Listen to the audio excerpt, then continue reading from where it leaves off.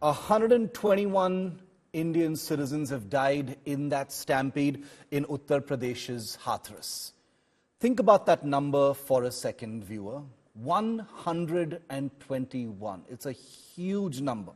Hospitals in the area are filled with a large number of injured persons, barely alive, fighting for life.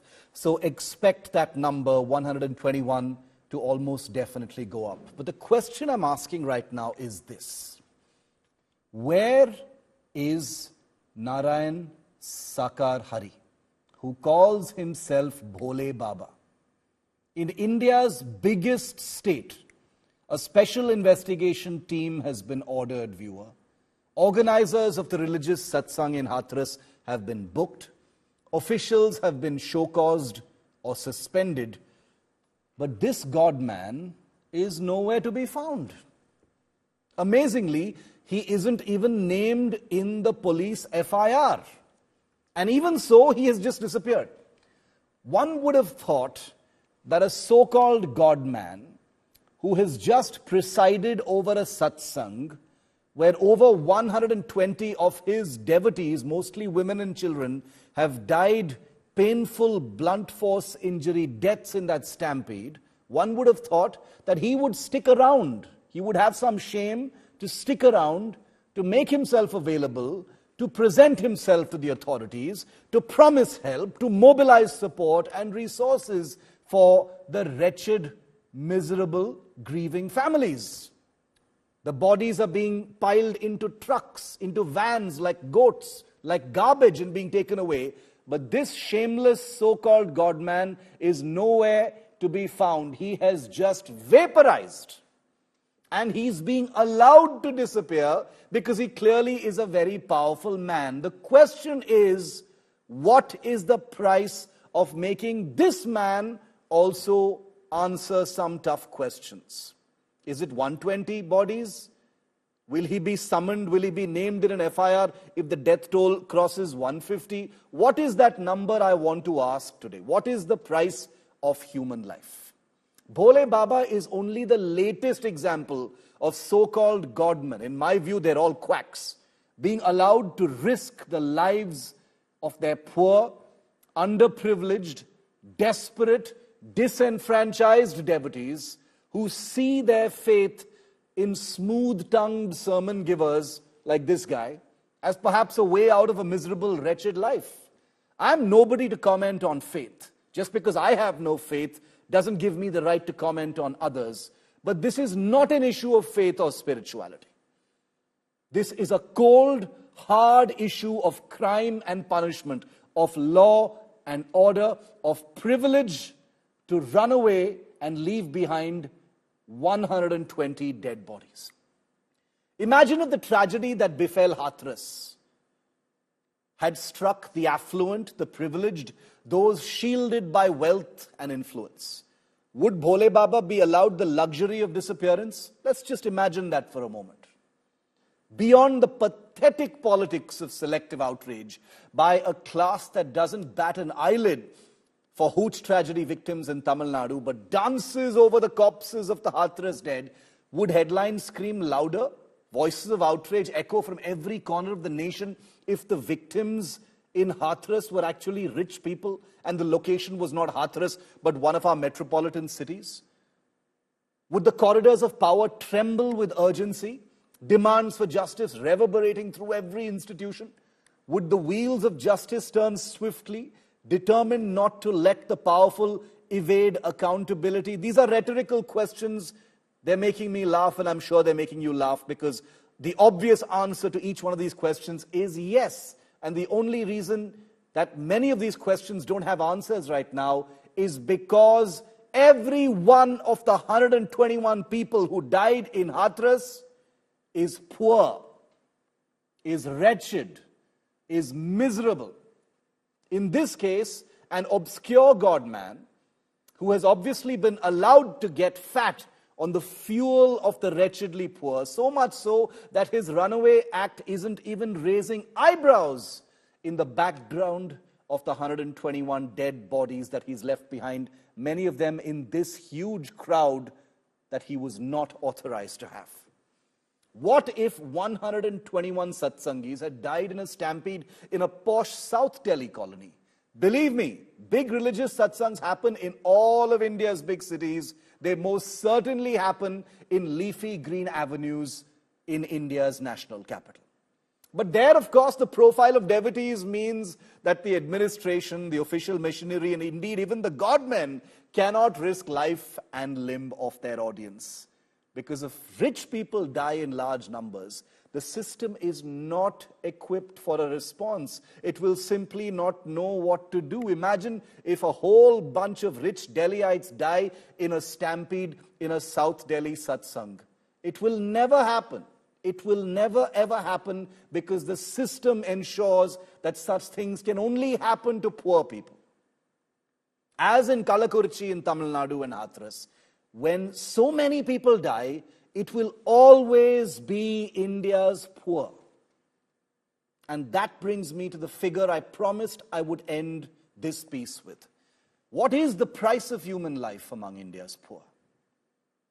I don't need to say it because you already know the answer. It's zero.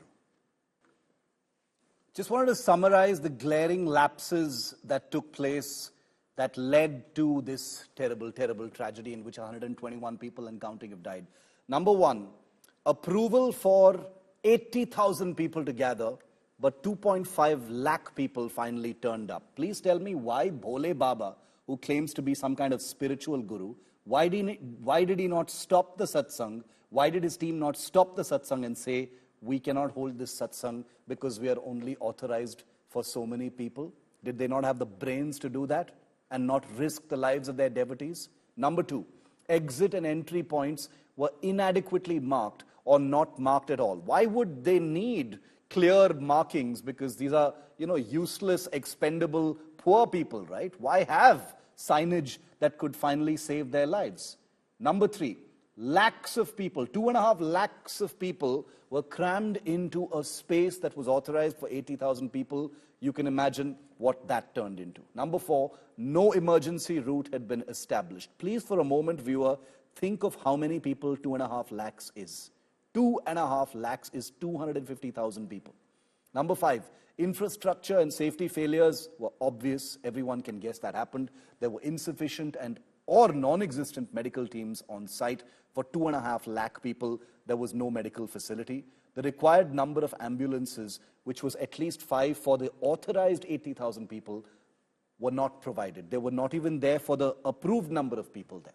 Insufficient coolers and fans for the crowd amidst terrible heat. Administrative and logistical failures, because once the tragedy struck, people ran helter-skelter, not knowing what to do. The organizers failed to manage the overcrowding or even preempt it from spreading. Minimal, negligible deployment of administrative forces, which is why it took a very long time for things to get under control. Inadequate arrangement for food and drinks. Nobody knew where to go. There was no barricading on the route used by the main convoy of that so-called Baba, Bholenath or whatever his name is.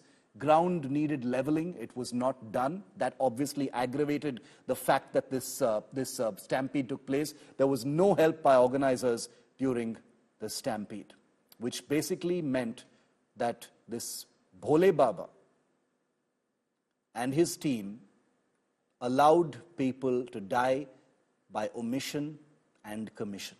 Heads must roll in the UP government, heads must roll in the bureaucracy, in the administration, in the police, whatever it is.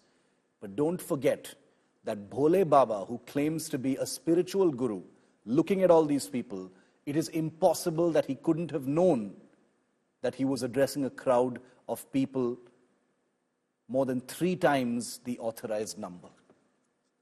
And therefore, the blood of 121 people is on his hands as well. And he's not been named in the FIR, and no one knows where he is. Let's go straight to the site of the stampede right now. India Today's Amit Bharadwaj and Shreya Chatterjee are both with me live from Hathras and UP. They were among the first journalists to reach the spot. Amit, quickly coming to you first. You're standing at the very spot where the stampede took place. It's incredible to think of how 80,000 people were approved by the administration for this satsang, and over 3 times that number finally turned up, And this so-called Bhole Baba and his so-called team did nothing about it. The blood is on their hands as well.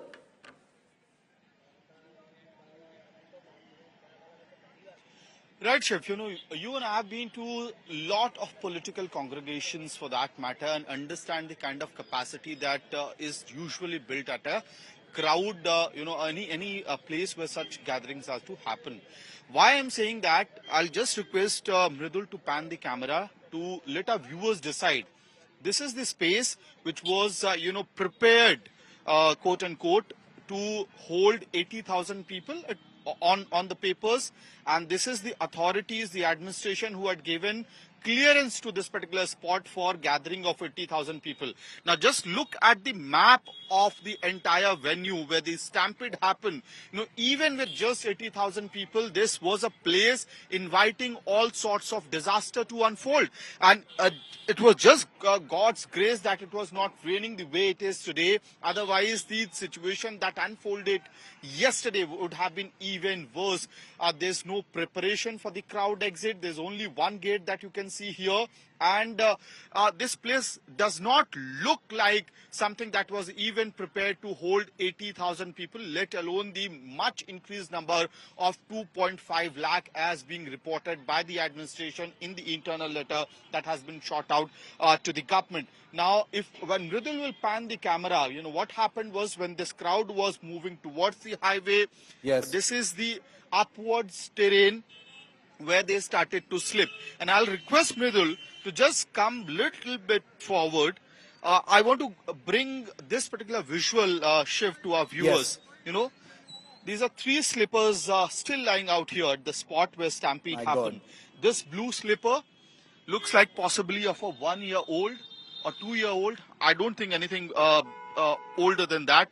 This one looks like a child wearing a 4 to 5-year-old and possibly of somebody from the family of women. And these are lots of slippers which have been left at this place as a witness to what unfolded yesterday. The complete callousness of the organizers is these slippers are actually proof of that. No exit plan, no preparation, let alone, as you were also mentioning. Truly heartrending, Amit. That image that you've just shown us is heartbreaking, because that is all that is left behind. A few pieces of footwear. I'm sure they don't even have pairs. One is somewhere, the other is somewhere else, probably lost.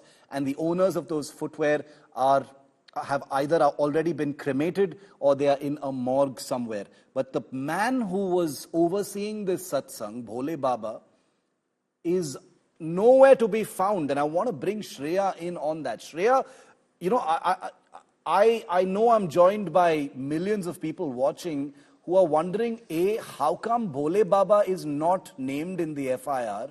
And secondly, how come he's disappeared? One would have thought that for something like this, he would need to be available for questioning or for, any other purposes by the special investigation team. He should be available. How come nothing's happening with him, Shreya? Well, absolutely, Shiv. Very pertinent question, because 24 hours have passed and not a single arrest has been made, where 121 lives have been claimed. Now, talking about Bhole Baba, who goes by the name Narayan Sakar Hari, he allegedly has not been named, because this is a question I myself asked Yogi Adityanath when he was addressing the press conference, to which he responded that because the thing was organized by certain committee members, it was apt for them to register the FIR against the committee members. However, when the investigation progresses, he does not deny the possibility of the Baba being named in the process of the investigation. So that is the response that is coming in from the administration. But A, we have not seen any arrest being made, and also no action against the administration, because we might just put the entire blame on the committee. It's also the responsibility of the local intelligence unit to ensure and preempt such incidents. They know that this Baba attracts so many followers time and again, not the first time. During COVID also, he's broken similar violations. Even then, he was continued to operate. And this is definitely a failure on the part of the administration. B, when the bodies were lying in the ditch for good Yeah. some time. I've spoken with a lot of family members of the deceased. They say no quick response team arrived. There were no vehicles, barely 2 policemen to attend them. So there's also a response failure that happened that led to the tragedy that costed 121 lives. Shreya, very, very quickly, since you cover crime, you cover law and order, I want to know your view as a reporter.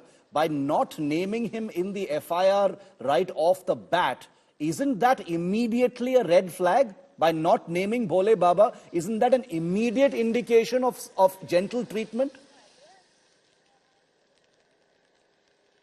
Well, absolutely, Shiv. This is an immediate gentle treatment. Also, when this man is not someone who has a clean past. We already have details of the fact that he has FIRs that's been registered in the past, of his alleged miracles that he claims to be doing. Despite that, these people who've been playing with the emotions of innocent, naive people, why are they allowed to get away time and again? Why are these Godmen allowed to function with blanket immunity?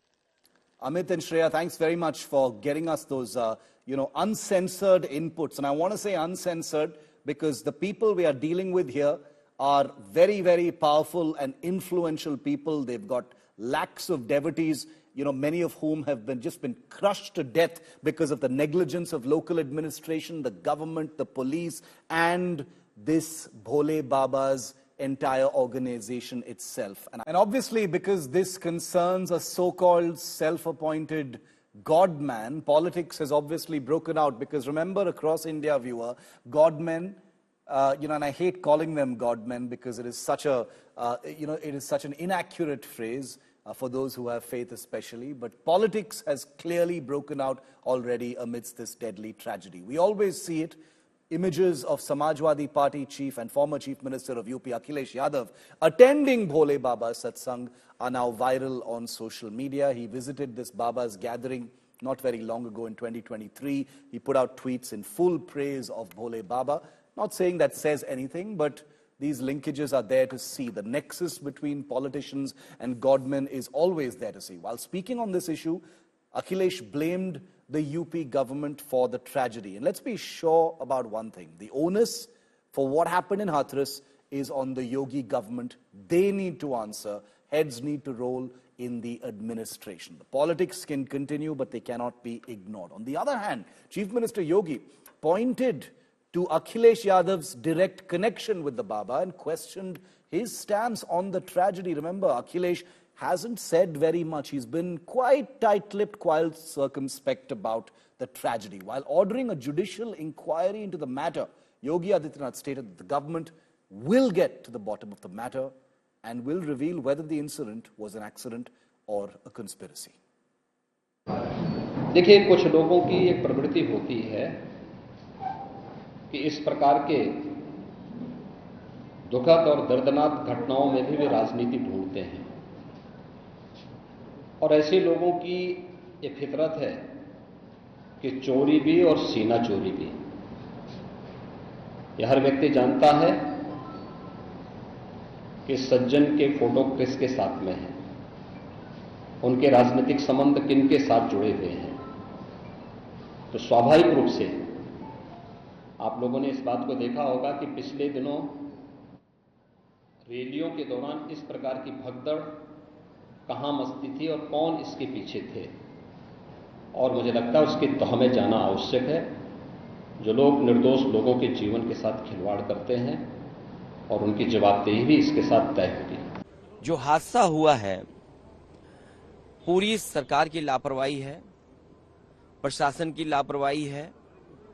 और ऐसा नहीं है कि उत्तर प्रदेश की सरकार और प्रशासन के लोग न जानते हों ये बातें, कि जब कभी भी इस तरह के कार्यक्रम होते हैं, बड़ी संख्या में लोग आकर के शामिल होते हैं। जो जानकारी सरकार के पास थी, उसके बावजूद भी सरकार को जो इंतजाम करना चाहिए था, वो इंतजाम नहीं किया है। इस लापरवाही की वजह से जो जाने गई हैं, उसकी जिम्मेदार सरकार है। I want to bring Shreya in for a quick update on this. Shreya, these godmen and spiritual gurus, we've always seen that the nexus with politicians, is something that is a reality always. Because the symbiosis is there to see. The mutual interest is there to see because both sides command a huge number of voters. They are always influential and therefore politicians and Godmen usually become friends. Now it's become interesting because Yogi Adityanath has pointed at Akhilesh and said that there's a direct link with Akhilesh. Are you getting any sense of the kind of political protection that this Bhole Baba enjoyed in Uttar Pradesh? Well, Shiv, this is again a question that I had raised during the press conference, to which Yogi Adityanath pushed the ball in Akhilesh Yadav's court, suggesting that the kind of photos that are doing on the round very clearly point out that whose closeness or whose immunity this man enjoyed. And if you also understand the area where he is mostly famous, which is the Eta Hathras Stampede belt, it is very easy to understand that it is also one of the bastions of the Samajwadi Party. Given the statement that is coming in from Yogi Adityanath, it's only obvious that politics will continue to erupt on the matter, and it is nothing new. And people do know, as you rightly pointed it out, that Godmen and politicians continue to collude to, just share their vote bank, because that's the way they continue to exist, and these Godmen continue to fill their pockets with blanket immunity. Final question, Shreya. It's been 24 hours, like you rightly pointed out, and not a single arrest has taken place so far. Are we expecting some detention, some arrests to happen anytime soon? I'm hoping, Shiv, that some arrest will happen now that the administration is done with VIP movements and the entire photo op of people visiting different locations. We hope now that heads will roll and arrests will happen, because I myself visited the location where some of the committee members live. I spoke with some of them. They suggest that the police hasn't yet reached out to them, despite the FIR clearly mentioning that it is the committee members' responsibility, and one Dev Prakash, who's been very significantly mentioned. So we only hope that with today, after the CM's visit, the heads will roll, and tomorrow we will see some arrest in this particular case. Okay, thanks very much, Shreya, for getting us those inputs. Shreya will continue with her team to report from the ground in Hathras. This is our #1 story on India Today. 121 people have been lost, mostly women and children. And this guy in a three-piece white suit and sports shoes and a multicolored tie is nowhere to be found. Remember those pictures, and we will update you every single hour on the Hathras story.